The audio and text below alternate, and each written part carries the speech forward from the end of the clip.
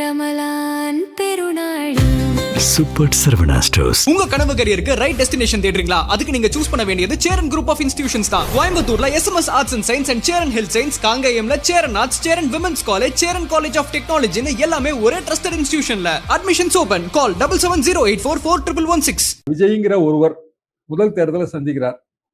Right, அவருக்கு ஒரு நம்பிக்கை இருக்கு, நம்ம பெரிய ஸ்டாரு, நமக்கு வந்து மக்கள் வந்து தானே ஓட்டு போட்டுருவாங்க, ஒவ்வொரு வீட்லயும் விஜய் இருக்காங்க. ரைட்டு, அது அவர் நம்பிக்கை. அப்போ அவர் ஸ்டாரா இருந்து ஓடாத படத்துக்கெல்லாம் என்ன நம்பிக்கையில அது வந்துச்சு? சூப்பர் ஸ்டாருங்க. ரைட்டு, ஓடாத படம் எத்தனை இருக்கும்? புலி எனக்கு தெரிஞ்சதுங்க, சுறா, சில படங்கள் இருக்குது, நிறைய படம், கோட்டு, எல்லாமே நம்ம ஓடிடிலயே அது ஓடாத படங்க. நீங்க தியேட்டர்ல என்னத்தை கணக்குல எடுக்கிறீங்க? அப்போ ஏன் வந்து ஒரு சூப்பர் ஸ்டார் படம் ஓடாம போகுது? ஜனங்களுக்கு பிடிக்கல, அவ்வளவுதான், சிம்பிளி. ரிஜெக்ட் பண்ணிடுவாங்க. அப்ப அரசியல் கட்சியா அதே தானே. ஓகே, அப்ப ஜனங்களுக்கு பிடிக்கணும்னா நீங்க பிடிக்கிற மாதிரி நடந்துக்கணும். நடக்கிறதுக்கே உங்களுக்கு டைம் எடுக்குமா? 2 வருஷத்துல நான் சிஎம் அப்படின்னா இன்ஸ்டன்ட் சிஎம்மா இல்ல இன்ஸ்டா சிஎம்மா? இன்ஸ்டால தேர்தல் வச்சா நீங்க சிஎம் ஆயிடலாம். இந்த கணக்கு பெரிய கட்சிகளுக்கு தெரியுங்க. அதான் பெருசா கண்டுக்கல. அவங்க வந்து ஒரு ஆஃபர் என்ன கொடுத்தாங்க அப்படின்னா 10% ஃபர்ஸ்ட் பார்ட்டிக்கும் ரன்னர் அப்புக்கும் இடையில டிஃபரன்ஸ் வந்துச்சு அப்படின்னா 220 சீட்டு போயிருங்க. இப்ப திமுகவுக்கும் அதிமுகவுக்கும் இடையில, திமுக கூட்டணிக்கும் அதிமுக பிஜேபி கூட்டணிக்கும் இடையில 10% டிஃபரன்ஸ் வருதுன்னு வைங்க, வாக்குல 220 சீட் வந்து திமுக வந்துடும். எழுதி வச்சுங்க. 5% டிஃபரன்ஸ் அப்படின்னா திமுக கூட்டணிக்கு 150 இருந்து 170 தான் வரும். 3% டிஃபரன்ஸ்னா ரெண்டுமே நெருக்கடியில் வந்துடும். 1.5% டிஃபரன்ஸுங்க 2016 திமுக கூட்டணிக்கு அதிமுக கூட்டணிக்கும். அதிமுக கூட்டணி எந்த கட்சியும் சேர்க்காம தனியா நின்னுது. 130 135 தொகுதி தானே ஜெயிச்சுது. ஆனா திமுகவும் அந்த 1% 1.5% டிஃபரன்ஸ்ல ஆட்சி இழந்துருச்சுல்ல. என்ன காரணம்னா அந்த 1000 ஓட்டுல இருந்து 5000 ஓட்டு டிஃபரன்ஸ்க்குள்ள, அதாவது ஒரு ஓட்டுல இருந்து 5000 ஓட்டு வரைக்கும் வெற்றி வித்தியாசம் இருக்கிற தொகுதிகள் கூடிரும். அப்போ 4வது அணி களத்துல நின்னா நமக்கு லாபம்னு திமுக நினைக்கும்.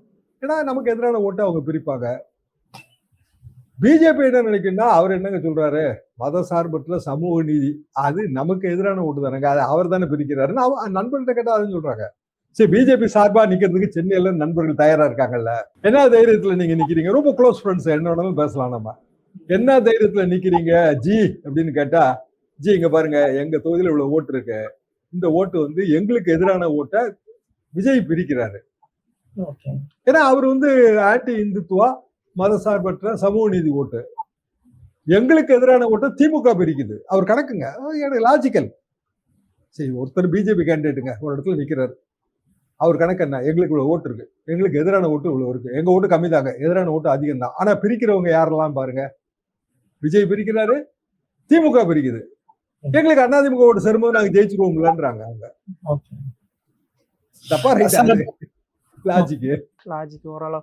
சார், இப்போ நேற்று இஃப்தார் நோம்புல விஜய் பேசும்போது என்ன சொல்றாருன்னா, கூட்டணி பத்தி நிறைய வதந்தி பரப்புனாங்க, ஆனா அதெல்லாம் உண்மை இல்ல, நம்ம எப்பவுமே மதச்சார்பற்ற சமூக நீதி அணிதான் அப்படின்ற ஒரு விஷயத்த சொல்றாரு. இன்னொரு பக்கம் ஆதவ் பேசும்போது 90 சீட்டு முதல்வர்லாம் பேசினதா சொல்றாங்க. உண்மையில இவங்க எதுவும் பேச்சுவார்த்தை நடத்துனாங்களா இல்ல ஜஸ்ட் ரூமர்ஸ் தானா அந்த விஷயங்கள்?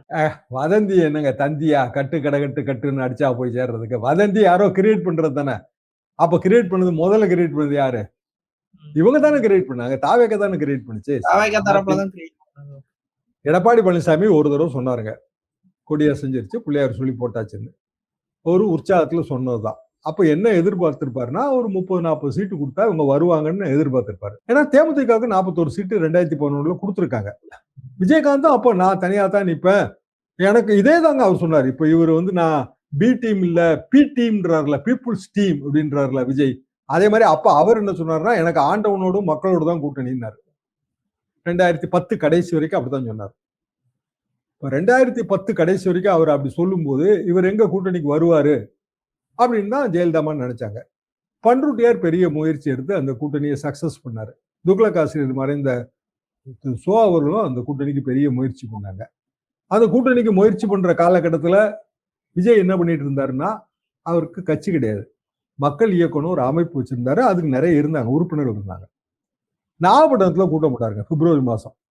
ஒரு மாசம் 3வது வாரம் 22ஆம் தேதி 21ஆம் தேதியோ கூட்டம் போட்டு திடீர்னு இலங்கை ராணுவத்தால் தமிழ் மீனவர்கள் பாதிக்கப்படுகிறார்கள், இந்த அரசு நடவடிக்கையே எடுக்கலைன்னு. நான் அரசு வந்து இப்ப திமுக அரசு 2006 டு 2011, நான் சொல்றது 2011 பிப்ரவரி மாசம் நடந்தது.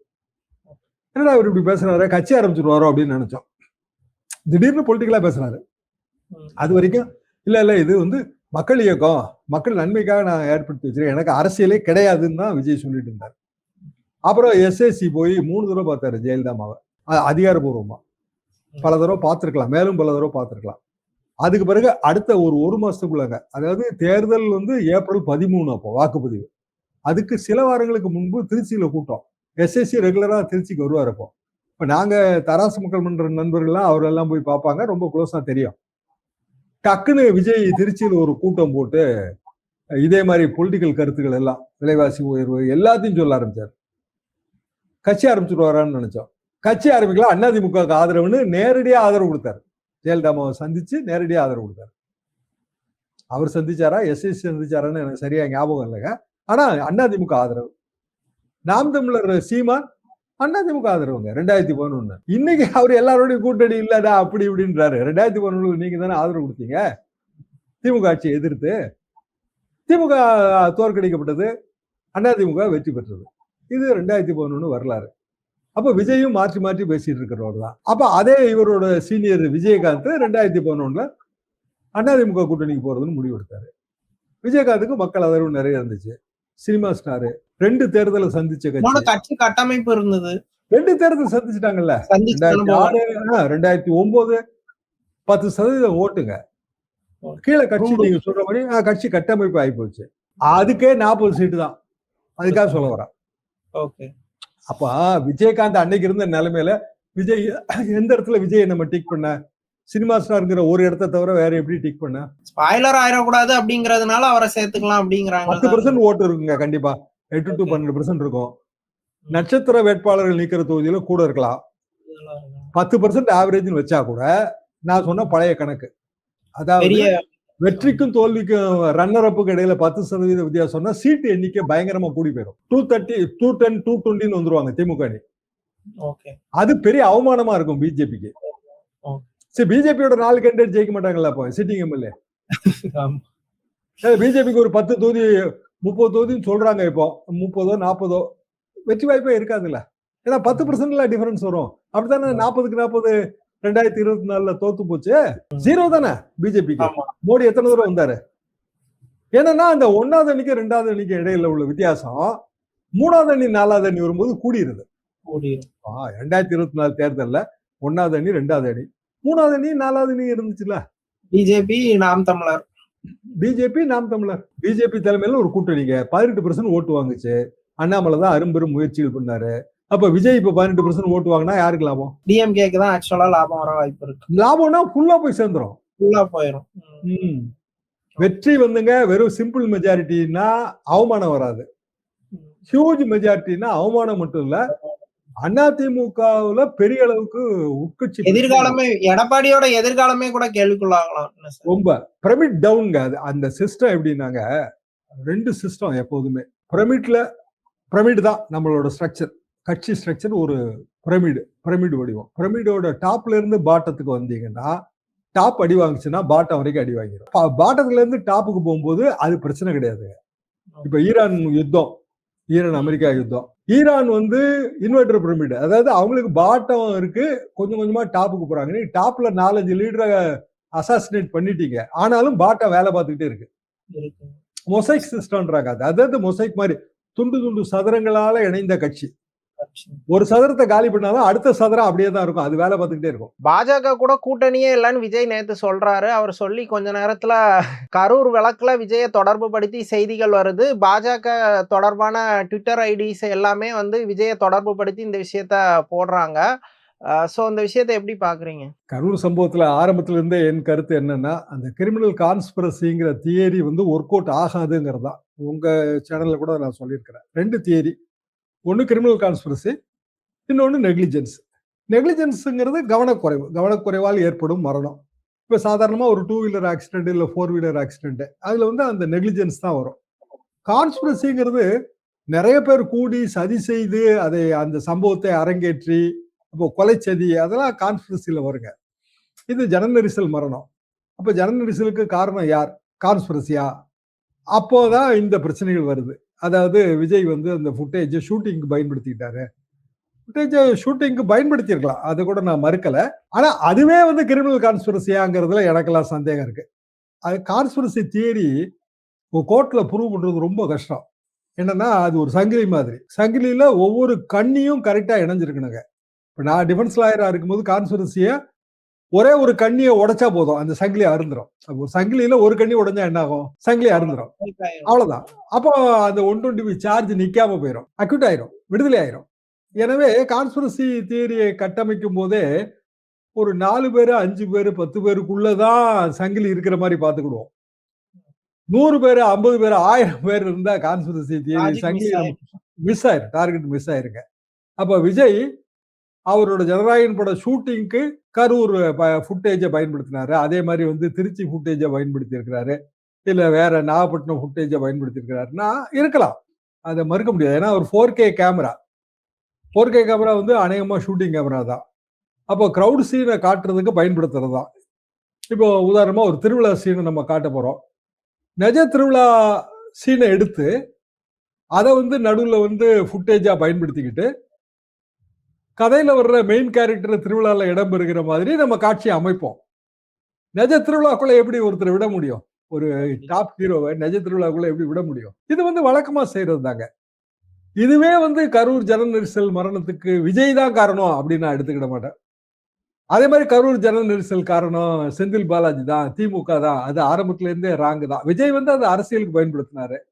எடப்பாடி பழனிசாமி அவர்கள் அதை சொன்னதுனாலையும் கவன ஈர்ப்பு தீர்மானம் கொண்டு வந்ததுனாலையும் அது பெரிய அளவுக்கு வலுப்பெற்றது. அப்பவே நான் இதை தவறு, இது சரியா வராது அப்படின்னு நான் சொல்லியிருக்கிறேன். அப்போ ஒன்லி நெக்லிஜென்ஸ் இது மட்டும் தான் நிற்கும்.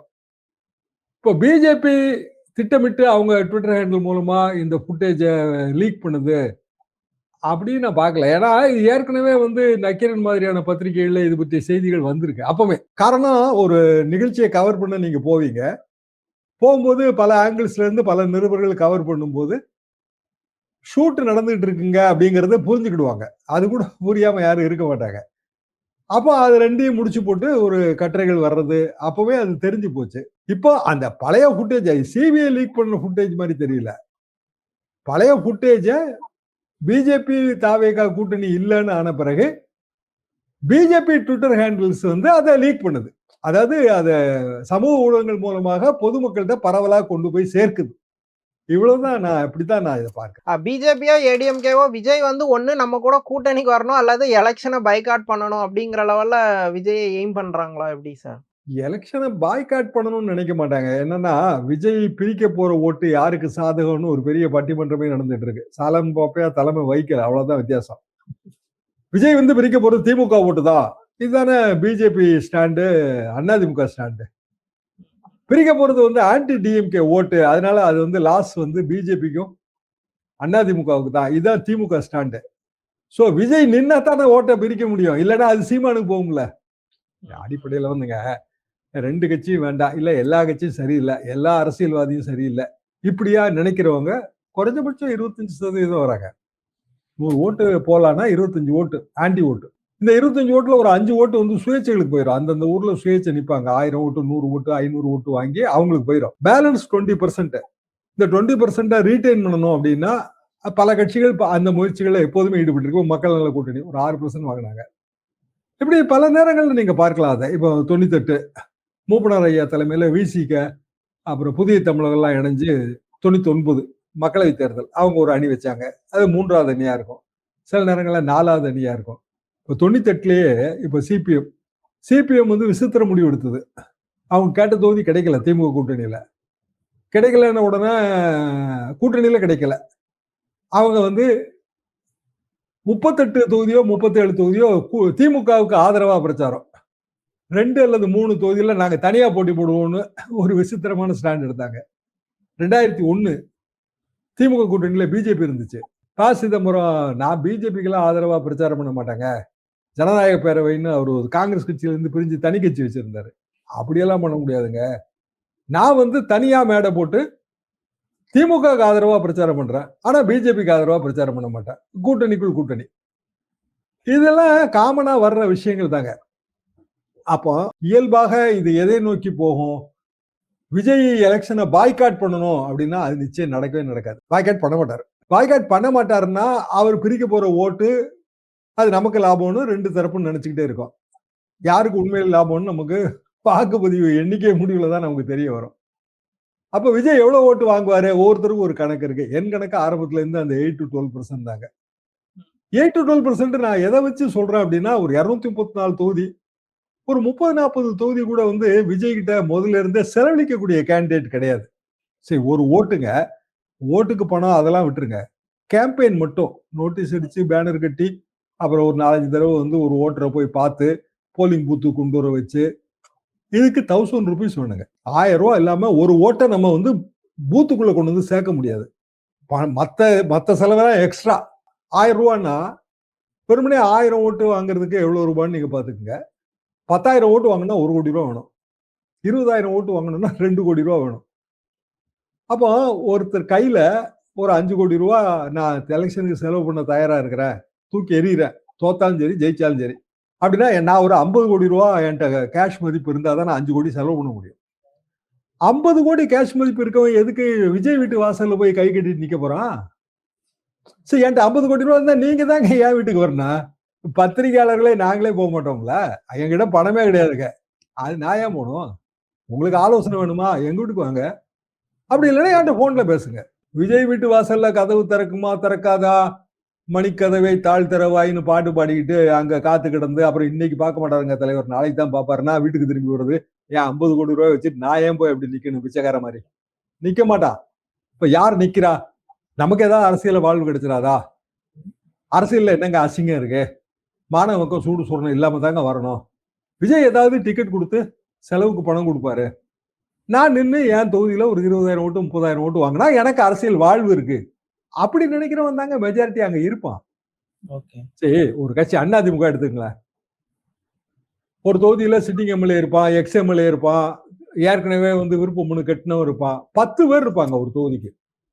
234 தொகுதியில 2000 பேருக்கு மேல வந்து அதிமுக தயாரா இருப்பான். திமுக இப்ப ஆளுங்கட்சி, அங்க 4000 பேர் தயாரா இருப்பான். ஒட்டு மொத்தமா நான் சொல்றேன். விஜய் கட்சியில எத்தனை பேர் தயாரா இருப்பா சொந்தமா செலவு பண்றதுக்கு? ரொம்ப கம்மி தான். 10 to 15 கூட தராது. நான் ஒரு 30 வச்சிருக்கேன்.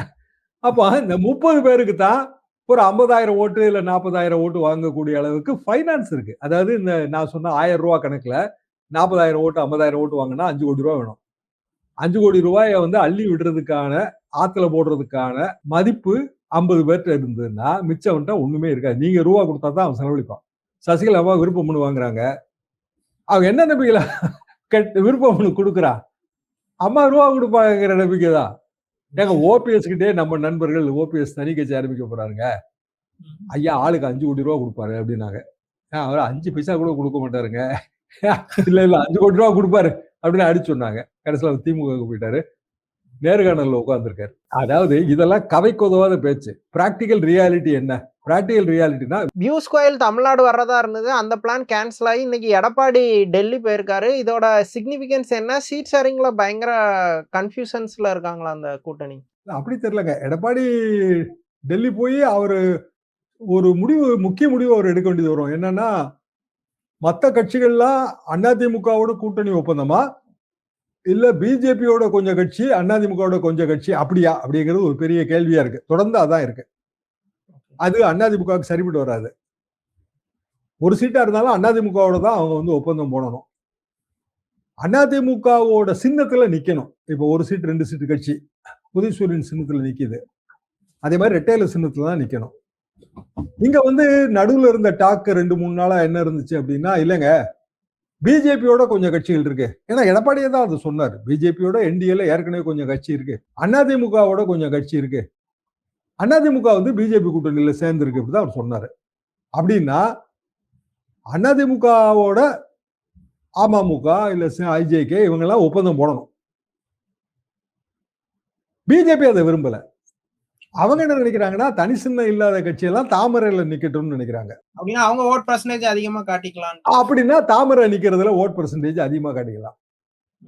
இப்போ 18% அண்ணாமலை காலத்து ஓட்டு பெர்சன்டேஜ், 18%ல பாமகவை தவிர மொத்த எல்லா கட்சியுமே தாமரையில நின்றுச்சு.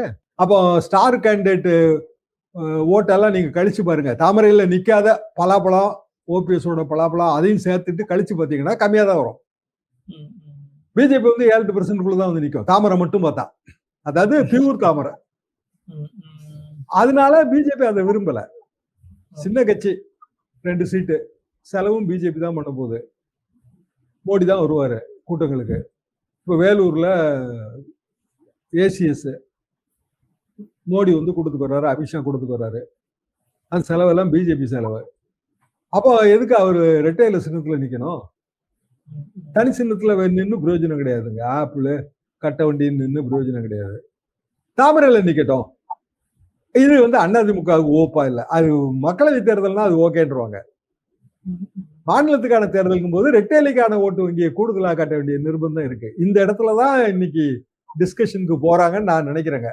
ஏன்னா பியூஷ் கோயல் ப்ரோக்ராம் நாளைக்கு கைது போடுற ப்ரோக்ராம் இருக்கிற மாதிரி தான் தெரியுது. ஆனா இன்னைக்கு ரத்துன்னு சொல்லி செய்தி ஆனா இப்போ ஃபீல்ட்ல நிக்கிற கேண்டிடேட்ஸ்க்கு வந்து தாமரை சின்னத்தோட ரெட்டைலை சின்னங்கிறது கொஞ்சம் பவர்ஃபுல்லா தானே இருக்கும். ஸோ கேண்டிடேட்ஸே வந்து ரெட்டைலையே தான் ப்ரிஃபர் பண்ணுவாங்க. அப்படின்னா அவங்க வந்து அதிமுகவோட தான் கூட்டணி ஒப்பந்தத்துல கைது போடணும். கூட்டணி வந்து அதிமுக நோக்கி போறதுக்கு தான் வாய்ப்பு. அதிமுக கூட்டணி அதிமுகவோட ஒப்பந்தம் அப்படிதான் போக முடியும். ஆனா இப்போ டெல்லிக்கு போய் முடிவு பண்றதே அசிங்கங்க. இங்கதாங்க தேடி வரணும் எல்லாரும்.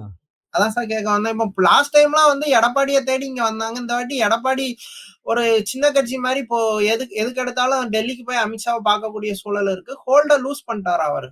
ஆமாங்க, அது ரொம்ப அதிமுகவுக்கே அசிங்கம் தான். போயஸ் கார்டன் வீட்டு வாசல்ல தாங்க எல்லாரும் கிடப்பாங்க.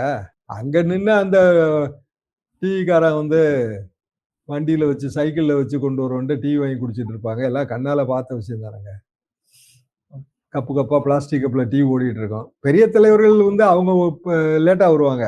கட்சிக்காரன் நிக்கிறவங்க எல்லாம் வெளியில நிப்பான். அதை நம்பித்தாங்க நிறைய பேர் அங்க வந்து சைக்கிள்ல டீ வித்துட்டு இருந்தாங்க. நான் பார்த்த விஷயம் தான். கூட்டம் கம்மு நிக்குங்க. ஒரு கட்சி ஆபீஸோட செல்வாக்கு அளவிடுறதே எப்படி தெரியுமா? அந்த கட்சிக்கு வெளியில எவ்வளவு டீ விக்குது, ஏத்தாப்புல கடையில எவ்வளவு டீ விக்குது, எவ்வளவு பேர் காத்து கிடக்குறாங்க, பேட்ஜ் எல்லாம் வச்சுட்டு உட்கார்ந்து இருப்பாங்க. பெரும்பாலும் பிஜேபி ஆபீஸ்குள்ள டீ கடையே இருக்காது. ஏன்னா அது பயங்கரமான பாஷ் ஏரியால கொண்டு போய் வச்சிருக்காங்க. பூரா வந்து ரெசிடென்சியல் ஏரியா. எங்க இருந்து டீ கடை வைக்க? பிஜேபி ஆபீஸ்ல டீ குடிக்கணும்னா நீங்க நடந்து ரொம்ப தூரம் போனா தான் குடிக்க முடியும். டிஎம்கே சைட்ல ஒரு மாதிரி சீட் ஷேரிங்கே பண்ண ஆரம்பிச்சிட்டாங்க. எக்ஸப்ட் கம்யூனிஸ்ட் பார்ட்டியும் விசிகே, அதாவது சிபிஎம்மும் விசிகே மட்டும்தான் இன்னும் கன்ஃபியூஷன்ஸ்ல இருக்காங்க. மற்ற எல்லாருமே ஓரளவு கன்வின்ஸ் பண்ணிட்டாங்க. இவங்க 2 பேரும் கொஞ்சம் டைட்டா நெகோசியேஷன் பண்றாங்களா? இல்ல கேட்பாங்க. கூடுதல் தொகுதி கேட்கறது கட்சியோட விருப்பம். இன்னொன்னு டைட்டா நெகோசியேட் பண்ணலன்னா கட்சிக்காரனை திருப்திப்படுத்த முடியாது. நம்ம தலைவர் வந்து ரொம்ப கம்மியான தொகுதிக்கு ஒத்துக்கிட்டு வந்துட்டாருங்க அப்படின்னு நினைப்பான். சரி, கட்சியில ஆஸ்பிரண்ட் இருப்பான், செலவு பண்ணியிருப்பான். அவன் நம்ம தொகுதியை தலைவர் நமக்காக கேட்டு வாங்கி தருவாருங்கிற நம்பிக்கையில தான் அவன் ரூபா போட்டிருப்பான். திடீர்னு கேட்காமலே விட்டுட்டாருன்னு வைங்க தலைவர், ஐயா நீங்க கொடுத்தது எங்களுக்கு போதுங்கய்யா அப்படின்னு சொல்லிட்டு வந்துட்டாருன்னா அவன் வெறுப்பாயிருவான். அதனால ஒரு டஃப் பார்கெயின் பண்ணி தான் ஆகணும், வேற வழி கிடையாது. அல்டிமேட்டா ஆனா திமுக கூட்டணி விட்டு வெளியில போக மாட்டாங்க. சிபிஎம் தனியாக போட்டி போட கூட நாங்கள் தயார் அப்படின்னு காலையில செய்திகள் வருது. செய்தி கசிய விடப்படுகிறது. தனியா போட்டி போட்டு என்ன ஆவாங்க? அந்த 6 பேர் இருக்கான்ல, அதாவது ஒரு 6 சீட்டு கிடைக்குன்னா அந்த 6 சீட்டுக்கான ஆஸ்பிரண்ட் எப்படியோ நம்ம ஜெயிச்சிடலாம்னு நினைப்பான். தனியா போட்டி போட்டா ஒண்ணுமே தேராது. அந்த 6 பேரும் தயாரா இருக்க மாட்டான்.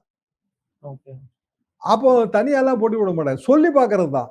தனியா போட்டி இவங்க வந்து எத்தனை வருஷமா இந்த சீட் நெகோசியேஷன் பண்ணிட்டு இருக்காங்க. திமுக அதிமுக எத்தனை வருஷமா பண்ணிட்டு இருக்காங்க. அவங்களுக்கு இந்த வித்தை தெரியாதா?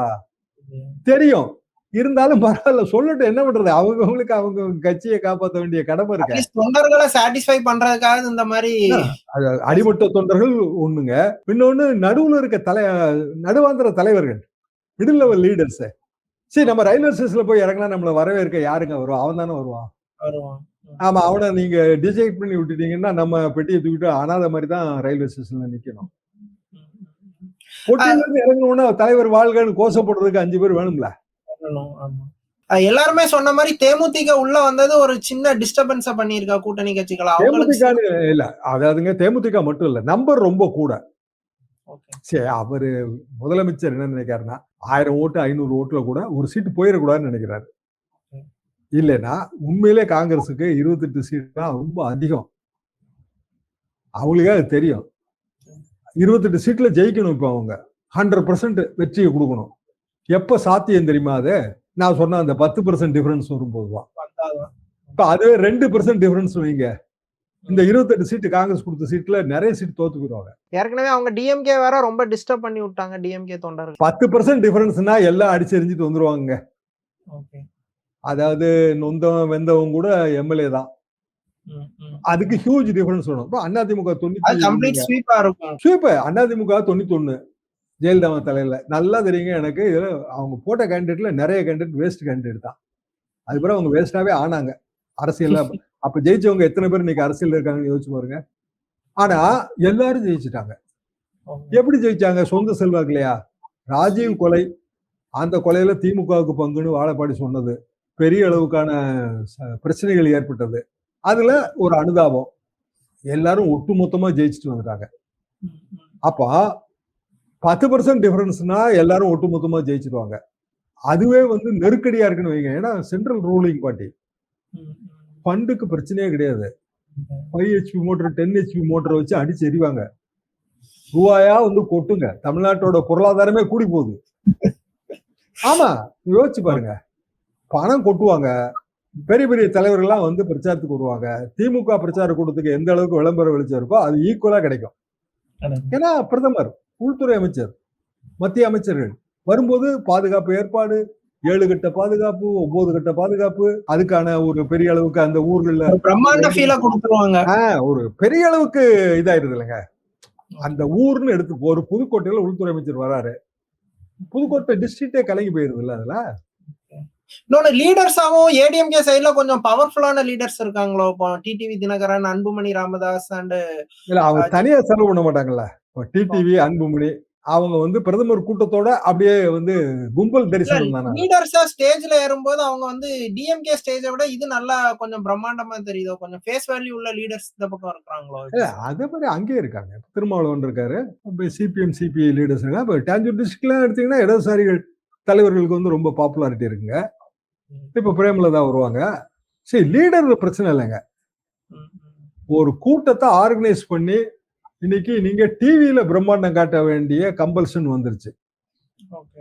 முன்னாடி கூட்டத்துக்கு போறவன் தாங்க அந்த பிரம்மாண்டத்தை பாப்பா, ஃபீல் பண்ண முடியும். இன்னைக்கு வீட்டுல இருக்கவன் ஃபீல் பண்றான். அப்போ ஒரு கூட்டம் போட்டு ஆளே வரல அப்படின்னா பிசுபிசுத்தது, பாதி சேர்கள் காலி, கூட்டம் நடக்கும் போதே எழுந்து சென்றனர், இதான செய்தியா வரும். உடனே அடிச்சு விட்டுறாங்க. கண்டிப்பா. அப்படிங்கும்போது இயல்பாக அந்த பிரம்மாண்ட தன்மையை 2 தரப்பும் கொடுக்கும். ஒண்ணு மாநில ஆளுங்கட்சி, இன்னொன்னு மத்திய ஆளுங்கட்சி. 2 தரப்பும் கொடுக்கும். ஏங்க எப்படிங்க தேர்தல் தேதி முடிவாச்சே? சரி, நியாயமா பார்த்தா பாண்டிச்சேரி, நம்ம கேரளா எல்லாம் ஒரே ஷெடியூல்ல தானங்க வரணும். இது வரைக்கும் அப்படித்தானே வந்துச்சு.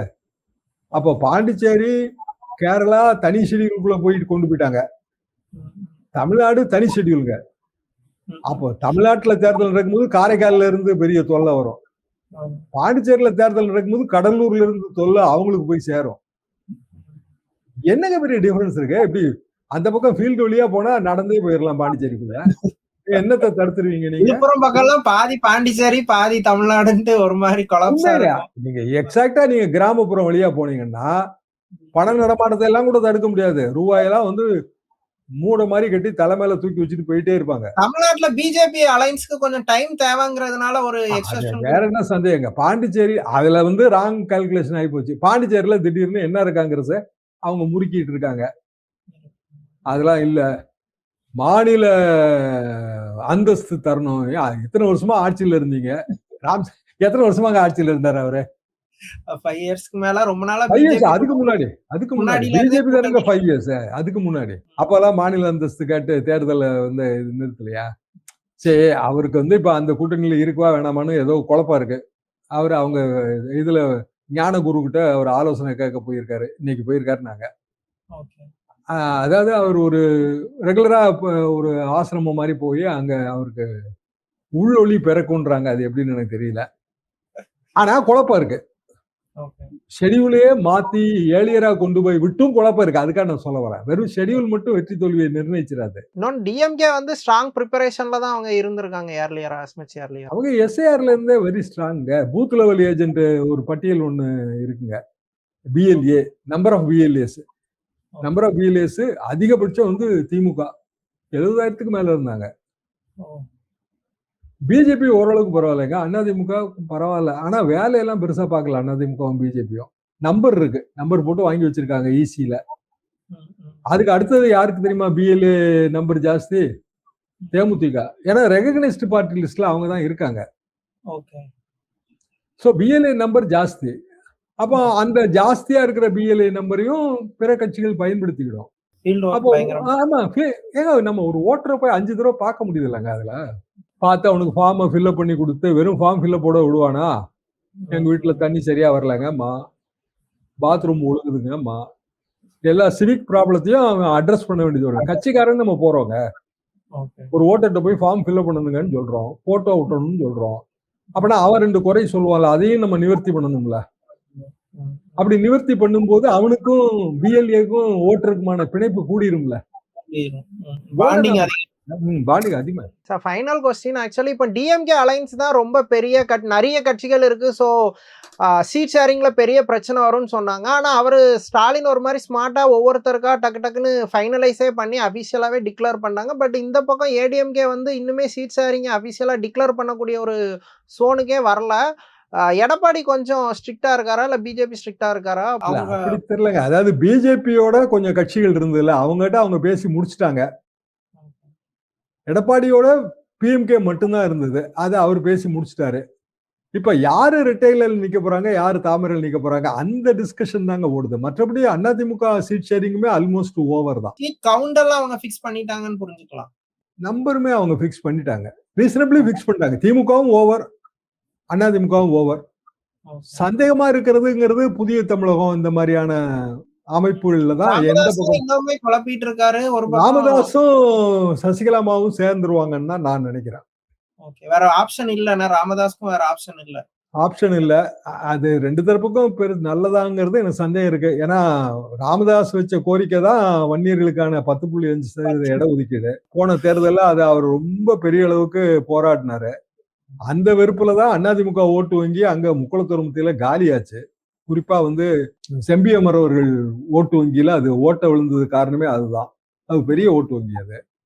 அப்போ டாக்டரும் சசிகலாமாவும் கூட்டணி அப்படின்னா, சசிகலாமா ஓட்டு வங்கியில ஒரு பகுதி அவங்க செம்பியமர் அவர்கள், செம்பிய நாட்டுமர் அவர்கள்பாங்க. இப்ப அவங்களுக்கு அது மன வருத்தத்தை தராதா? இதெல்லாம் பிராக்டிகல் கேள்விங்க, விட இல்ல. ஆனா ராமதாஸ் தனியா நிக்கிறது ஏடிஎம்கேக்கு பெரிய செட்பேக் தானே சார் புரிஞ்சுக்கணும். அன்புமணிக்கு செட்பேக், அன்புமணியோட வேட்பாளர்கள் கொஞ்சம் பேருக்கு அது செட்பேக் தான். ஓகே சார், தமிழ்நாடு அரசியல் குறித்து பல விஷயங்களை விரிவா பேசுனீங்க, ரொம்ப நன்றி.